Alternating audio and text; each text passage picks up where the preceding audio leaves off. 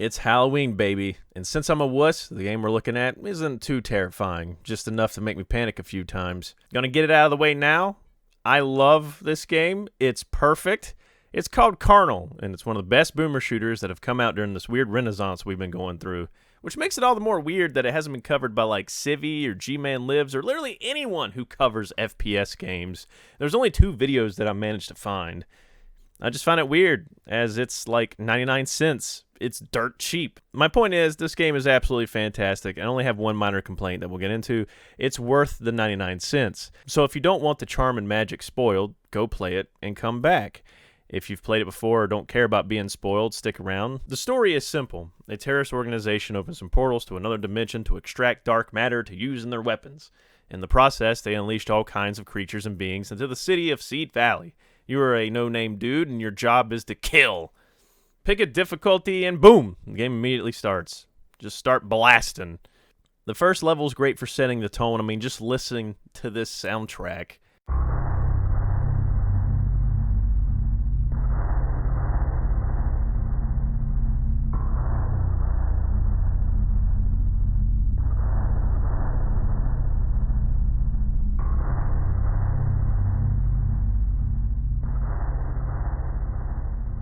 It's available for free once you buy the game, so you can listen to it at any time, and it's really, really good. It's pretty Hall of Fame worthy. Since the map is open and there's not a lot going on, it gives the player time to figure out how Carnal works. I mean, it's a boomer shooter, so it's not rocket science, but there's some minor differences. You can interact with objects, and like you can flush toilets and find burgers for some reason, and you can turn on light switches to hope the spooky house becomes less spooky, but then you cry as it doesn't work, and you have to go into the void. And because the map is open, you get to see that every enemy with a gun shoots projectiles. Unless I missed something, there is no hit scanners. Oh my god, it's so lovely. No Doom chain gunners here. That fact alone is enough for me to consider Carnal as one of the best boomer shooters ever made, because you can potentially dodge every bullet. It's fantastic. I hate hit scanners with fiery passion in boomer shooters. But that you can't always dodge bullets, though, because sometimes some of these levels have these corridors where there's no way you can dodge the bullets. It just ain't happening. But yeah, this map has everything and introduces the player to what could be ahead. It doesn't show you every enemy, but you get the idea of what type of like horrors you're about to face.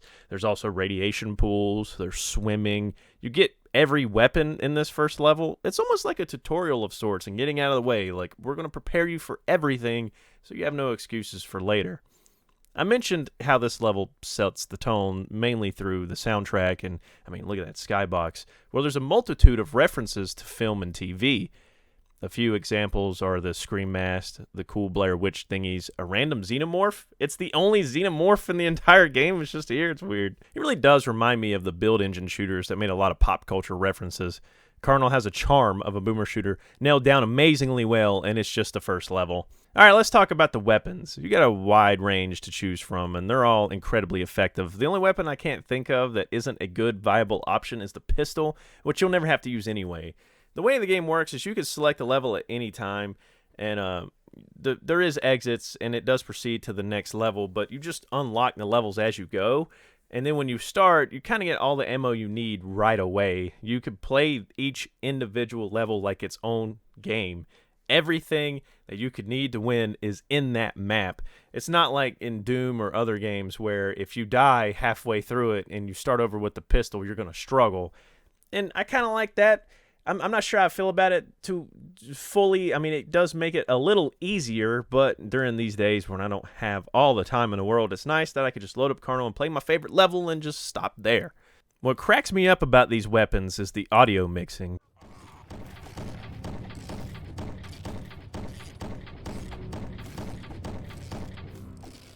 These guns sound like how I imagine bolters and Warhammer 40k sound like. Always drives me crazy how in all the 40k games we've gotten so far, the bolters just sound like normal old machine guns. This is a bolter, baby. As far as the arsenal goes, there's an auto shotgun, a minigun, a plasma gun, etc., but the most important one is the boss killer, the ray gun. It's honestly funny how trivial this gun makes boss fights. I don't think I've ever seen these boss fights to like their fullest like potential. I don't know if they change forms. I don't know if more enemies come out to kill you, but you just pop out this ray gun, shoot it a couple times, and it's dead.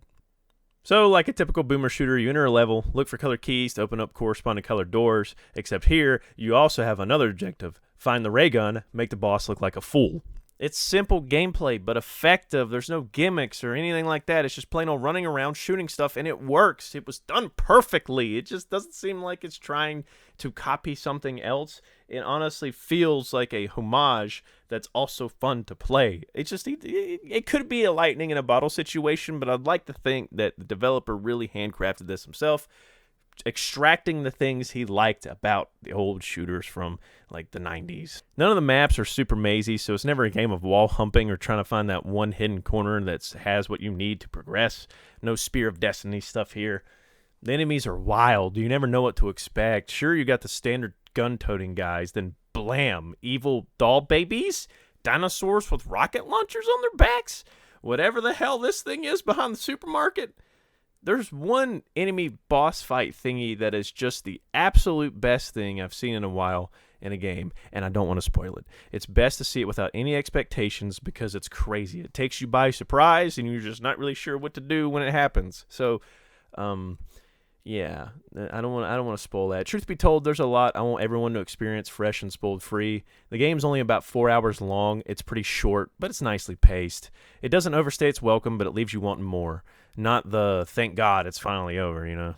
I can't stress this enough. I love this game. I love it when it gets weirdly surreal. I love the references, like the Carnival that has that Reaper dude from Blood.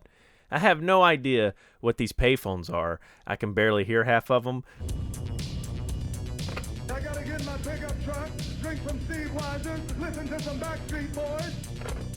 Reminds me of Arcade America. I super hope the dev is making a reference to an extremely obscure game, but again, these could be references I know. I just can't make out what they're saying half the time. So many tiny details, like the computer with the XP pipe screensaver. It's all very great. It's all very handcrafted, and you should play it. However, there is something I have to address. I just can't leave this out. If you're an observant player, you might notice a few levels sporting these billboards. Most are easily ignored. Few are funny, but a couple are, something else. This Star of David one was criticized in a Steam review, and the dev's response was as follows. The joke you perceived as anti-Semitism has in fact nothing to do with actual Judaism. The joke was referencing the Babylonian Kabbalah cult that uses the hexagram, which you probably know as the Star of David. I guess because you didn't understand this, you just immediately assumed it was anti-Semitism. The Kabbalah has nothing to do with Judaism, no matter how hard anyone tries to justify it. Okay, so the developer responds and tries to backpedal a little bit, saying that it's not anti-Semitic. However, assuming this is all true, this is still going to read as anti-Semitic in pretty much any Westerner's eyes. Like, what was he expecting putting this up there? It also just seems kind of out of place. The singular dev, J.G. Roos, has a Steam profile set to South Africa, so some of this could be intercontinental confusion. Like, maybe this Kabbalah cult stuff I've never heard of or whatever is just common knowledge over there. Who knows? The game's title itself is a reference to a Bible verse, and JG uses Yahweh's name instead of just saying God, so some religious views are easy to guess here, and they don't really matter. But some of these jokes can put a damper on the monster-killing mood. Are we really bringing everything back from the 90s?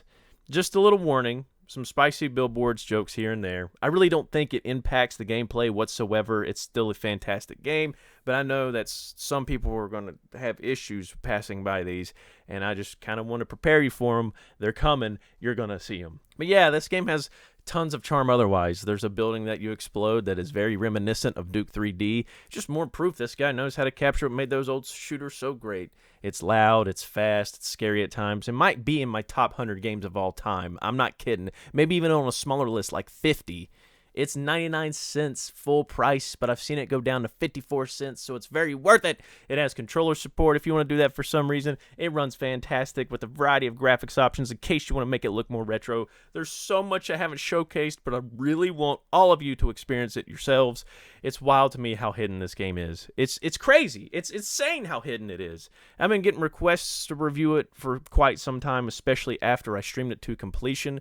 But I was waiting, kind of hoping that someone else who kind of reviews newer games would do it before I did. But I think this is another rainy day racer situation. Obscure before they're even retro, which might be why I've been doing these newer game reviews here lately just because I feel like these games need more attention. I feel like they're fantastic. JG has mentioned a Carnal 2s. We may be getting some more amazing shooting action in the future. But until then, I'm just going to go for a little swim.